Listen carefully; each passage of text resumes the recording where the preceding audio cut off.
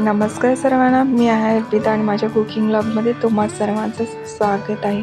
आज आहे संडे आणि त्याच्या स्पेशल मी आज आप्पे बनवलेले आहेत आणि त्याच्यासाठी आदल्याच दिवशी मी तांदूळ 2 बाउल होईल एवढे जाडे रेशनचे तांदूळ घेतलेले आहेत.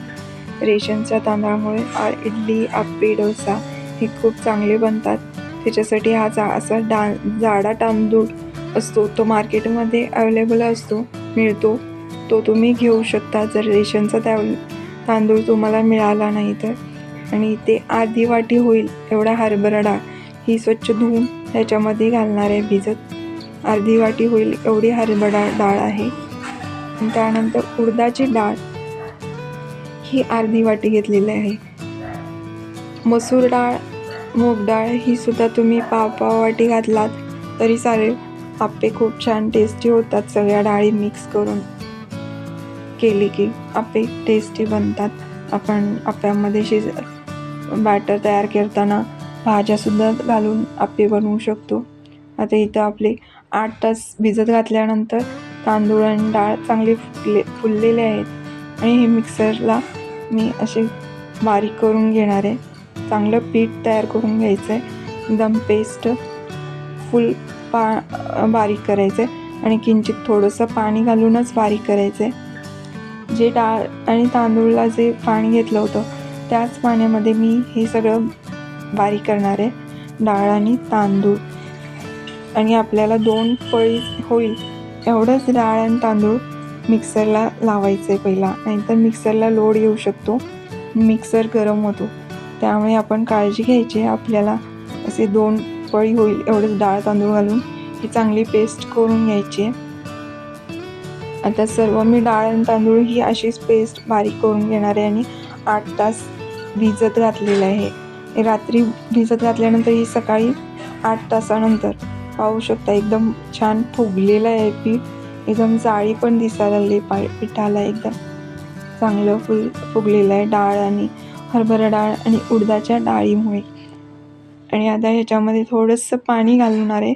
त्याच्या आधी मी जिरे पावडर 1 चमचा, चवीसाठी एक अर्धा चमचा जिरे पावडर घालायची आहे. चवीनुसार मीठ घालायचं आहे आणि बारीक कोथिंबीर चिरलेली. त्याच्यामध्ये तुम्ही दुधी बारीक चिरून घालू शकता, टॅमॅटो घालू शकता. आपल्याला ज्या भाज्या आवडतात ते घालू शकतो याच्यामध्ये आणि आप्पे तयार करू शकतो. बारीक चिरून घालायचं आहे भाज्या. आणि याच्यात थोडंसं मी पाणी घातलेलं आहे, 1 वाटी होईल एवढं, आणि थोडंसं पातळ करून घेतलेलं आहे. जितकं असं आपण चांगलं एकसारखं हलवून एकसारखं करून घ्यायचं आहे. पातळ असं आपण पीठ करू एवढं चांगलं असे आप्पे बनतात. जाळीदार, मऊ आणि हलके असे आप्पे बनतात. त्याच्यासाठी थोडं पाणी घालून पातळच करायचं आहे. जी इडली आणि डोस्याचं जे पीठ असतं त्याच्यापेक्षा थोडंसं याची कन्सिस्टन्सी पातळ ठेवायची आपल्याला. मी इथं बिड्याचा तवा घेतलेला आहे आप्प्यांचा आणि त्याच्यामध्ये आप्पे घालण्या अगोदर, आप्प्याचं पीठ घालण्या अगोदर त्या तव्याला हे चांगलं असं तेल लावून घेतले जास्त. कारण पहिल्यांदा ज्यावेळी ठेवतो त्याचवेळी थोडंसं जास्त तेल लावावं लागतं. नंतर नाही घातलं तरी तेल चालतं.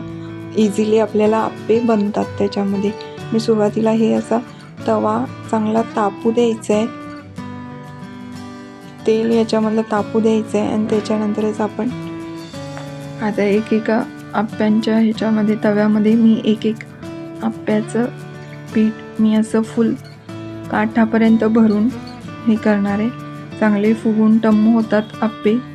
थोडंसं काठापेक्षा कमी घेतलं तरी चालेल, कारण हे फुगतात चांगले. आणि याच्यावरती 1-2 मिनटं होईल लो फ्लेमच ठेवायचा आहे गॅसचा.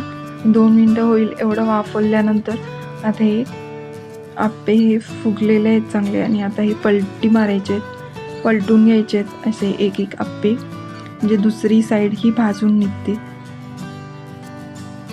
असा कलर चेंज व्हायला पाहिजे आणि आपल्या इझिली निघले पाहिजेत आप्पे.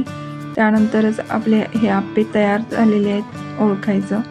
इझिली अशी निघाले की ती साईड एक ब्राउनिश अशी भाजलेली आहे हे समजतं. आणि आता हे दोन्ही बाजू या मी भाजलेल्या आहेत चांगल्या, पाहू शकता. आता एकदा तवा तापल्यानंतर सगळे आप्पे आपण पटपट करू शकतो. 1-2-3 मिनिटातच असे झटपट आप्पे तयार होतात, एकदम जाळीदार, हलके.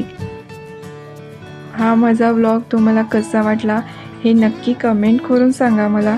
आणि तुम्ही माझे व्हिडिओ शेअर करत नाही ते शेअर करा. माझ्या व्हिडिओला लाईक, शेअर आणि सबस्क्राईब करायला विसरू नका. तो पण माझं सर्वांना धन्यवाद.